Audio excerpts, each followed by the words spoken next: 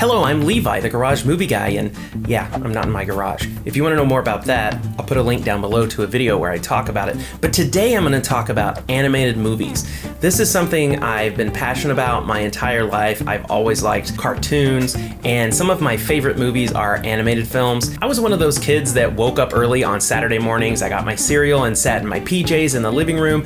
I would watch cartoons until there was the other boring stuff on TV, whatever it was. And I've also always had an affection for animated films, especially Disney films. In fact, until I was about 14, I was pretty obsessed with them. A lot of the movies I'm going to talk about today are Disney films. Let's jump right into it. I'm going to talk about my top 5 childhood animated movies. The first movie I want to talk about is at number 5, not because it's my 5th favorite, it might actually be closer to the top, could breach the number 2 or number 1 slot even, but on a technicality I'm going to put it as number 5, and that is The Many Adventures of Winnie the Pooh.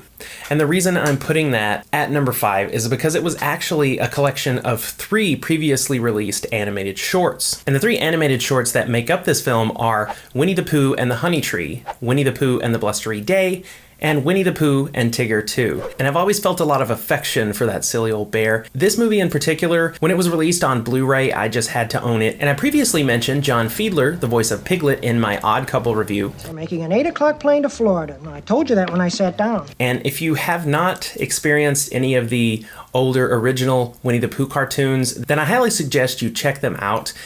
Some of the later movies are pretty good, but to me, there's nothing like the old animation and the old voices.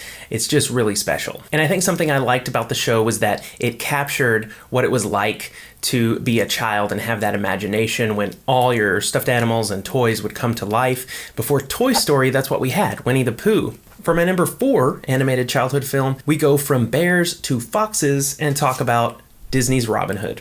And I've always enjoyed sort of swashbuckling adventure type movies, and this number 4 slot was actually a tie between Robin Hood and Jungle Book. I really enjoyed both movies as a kid, but quite honestly, I watched Robin Hood more, and I think the reason was I just like the characters. There are so many zany characters in this movie. I especially like Prince John and Sir Hiss. Sire, did you see what they... Stop hissing in my ear. And of course the music in the film is really cool because the narrator is Roger Miller.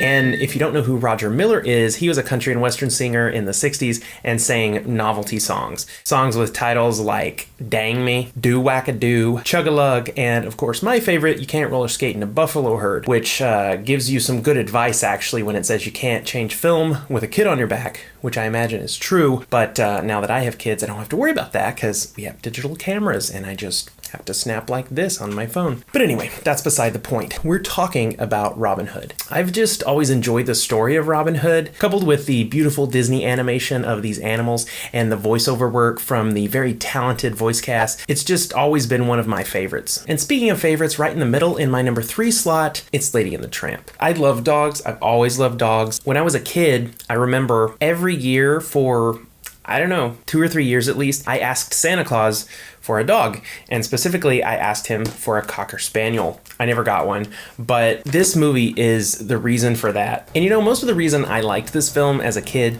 was because of the dogs in it. This movie, like a lot of the others in my list, does have a lot of great music in it. I will warn you that there's one song in particular that has not aged so well, we'll say, so be warned going into that. But if you put that aside, the rest of the movie is a really fun and enjoyable movie. It's about this Cocker Spaniel who lives with this wealthy family in this fancy house. You know, she's got a nice shiny new collar. She runs into this rough and tumble tramp character and they kind of clash, but they also kind of like each other. Oh, you haven't fallen to that old line now, have you? Aye, and we've no need for mongrels and radical ideas. Off with you now! Off with you! Off with you! Okay, Sandy. The name's Jock. Okay, Jock. Herr lad of Glencairn to you. Okay. This trope has been used over and over, but this is one of the first places I was exposed to that, and this movie also is probably largely responsible for the unrealistic view I had of relationships when I was younger, because I thought, everything was like Lady and the Tramp and you fall in love and it's so beautiful. And while that does and can happen, there's all sorts of other stuff that come into play when you have a life with someone. This really prepared my heart to be a romantic heart. And this romantic heart has always had room for a tale as old as time. In fact, it happened in the land before time. Like any kid, I grew up loving dinosaurs. This film, I feel like it's a staple of growing up in the 80s and 90s. The Land Before Time, if you've never seen it, a group of baby dinosaurs try to make their way across the prehistoric land to this mythical place called the Great Valley, because starvation is rampant and they've been separated from their parents. So they have to find this lush, verdant valley of wonderful tree stars. This movie is just so much fun to watch as a kid because it's got that sort of Goonies flavor of kids going on an adventure without adults, but it's different in a lot of ways. Number one, of course, they're dinosaurs, but also they get into some pretty hairy life and death moments, but they form bonds with each other. Sometimes their personalities clash with one another. Three horns never play with long necks. But in the end, they come together and they do the job they need to. And this journey is sort of kicked off by this earthquake that happens. And through a series of circumstances early in the movie, Littlefoot loses his mother. That's one reason this movie always stood out to me as a movie apart from the other animated movies that I watched. And it's also visually different. It's not only tonally dark sometimes, it's visually dark. Some of the scenes are kind of hard to see.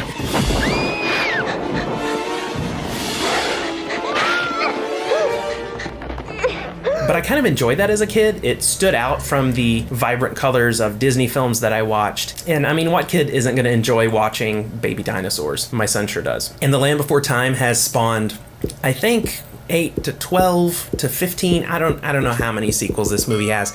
I don't feel like many of them are even close to what the original was in the form of quality. My son really likes the latest one. It's got a lot of music in it. And that was something else that set The Land Before Time apart, is because there's no songs in the movie. There's music in the background, but none of the characters sing, and this was really different from most of the other animated movies I saw as a child. And now we're just gonna keep that Don Bluth love going and talk about An American Tail. This was one of my all-time favorite movies to watch as a kid. This is the actual VHS tape that I had, and it's quite worn. In fact, it's way more worn than The Land Before Time. And I've talked a little bit before about music in movies. I used to love the music in this movie. I would sort of wait in anticipation for every music scene. I've recently been exposing my children to these movies. When we watched this, I couldn't help but sing along to every song. We'll be there to pick each other off the floor. Anytime you're feeling glum, count on me to be a chum. If you get an itch attack, I'll be there to scratch your back. Now, who could ever ask for more? If you've never seen this movie, it's a very heartwarming tale about immigrants into America, and this little mouse here, Fievel, comes from Russia with his family. They come with a promise of no cats in America, this family of mice. But there are no cats in America. There are no cats in cheese. Oh, there are no. Through this journey, he gets separated from his family. The movie is really about him trying to find his family, but also finding his fight and becoming a part of this wondrous land called America. He meets a lot of fun characters along the way. There's a big cat named Tiger who is actually a vegetarian, and he is voiced by Dom DeLuise, who was a Zading character himself. Listen, I like mice. Oh, no, not like that. I mean, I don't eat red meat at all. And something I didn't talk about when I talked about The Land Before Time was in these Don Bluth films, a lot of times you can see the emotion in the scene through the colors that are used. Toward the end of the film, when he is, spoiler alert, reunited with his family, they are reunited in this wet street, and there's sort of this orange heavenly glow coming from all around them. My Fievel, I thought I would never see you again. Never say never, Papa. Oh, When I think of animated movies, that's one of the scenes that pops into my head because it's just so vibrant and you can feel the love emanating from the screen. This movie also has, for young Levi, one of the most emotional songs ever from a movie. In this scene, Fievel and his sister, who have been separated, his sister sort of keeps up hope that he's out there, but his parents are thinking maybe the worst has happened. They're both trying to go to sleep, and they look out their windows and they see the moon. I'm getting teary. They see the moon, and when the night wind starts to sing a lonesome lullaby, it helps to think we're sleeping underneath the same big sky. Somewhere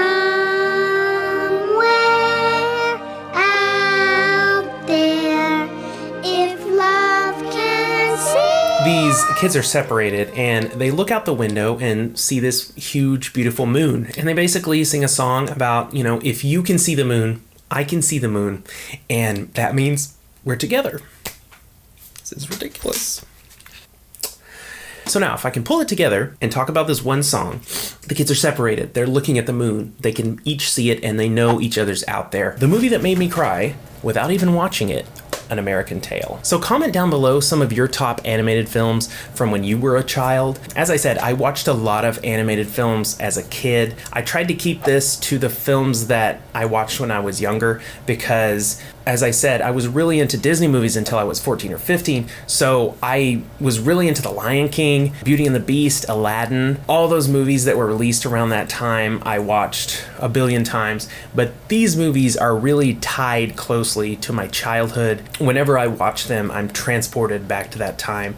And the cool thing is I can share these movies with my kids now. And hopefully you'll watch some of these with your kids if you have kids. If you don't, you should watch all these movies anyway because they're excellent films. I appreciate you coming on this childhood journey with me, but while we're talking about Disney things, I wanted to highlight another YouTuber. I try to do this in all my videos, and normally I talk about other YouTubers who talk about film, but this YouTuber in particular, he sort of brings my childhood back to me in a way. His name is Disney Dave, and he uploads videos that he has taken at Walt Disney World through the years. And one of his videos in particular, I'll try to find it and link it down below, really threw me back to Disney World because he's taken videos since, I don't know when he started going, I think sometime in the late 80s maybe or early 90s, but he has home videos that he's taken there since then, and it's really amazing to see the park through that lens. It really is a window into yesteryear. So if you have any affection for Disney or Walt Disney World, you should definitely check out Disney Dave's channel. There's another reason I'm talking about his channel right now, and that's because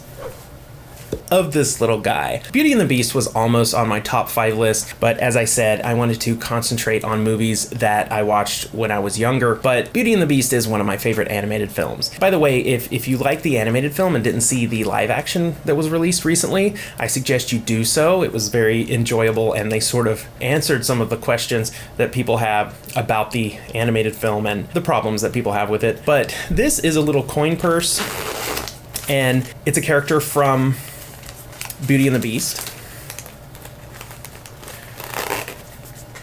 There we go. He is a character from Beauty and the Beast. He is a teacup. Disney Dave had a little contest on his channel a while back. I wanted this to be a piece of Garage Movie Guy mail, but that was a while ago, and I still have the envelope around here somewhere. He was good enough to put Garage Movie Guy on the address label. I appreciate that, Dave. This is a really cool prize that I won. He had quite a few Disney items that he was giving away, and you could mention which one you wanted, and something, I think it was a memory from Disney World, but I was lucky enough to win this. I treasure it. I have it on my shelf, as you can see. But I wanted to bring some light to Disney Dave's channel. If you like Disney, then you need to check out his channel right now. I guess that's it for me. Until next time, I'm Levi, the Garage Movie Guy, saying never again. And that is Winnie the Pooh. Nope, it's not. And that is Winnie the Pooh. Animated films from when I was a childhood. Okay. It's not dang me, it's dang me. My dog just entered the room. No copyright strike.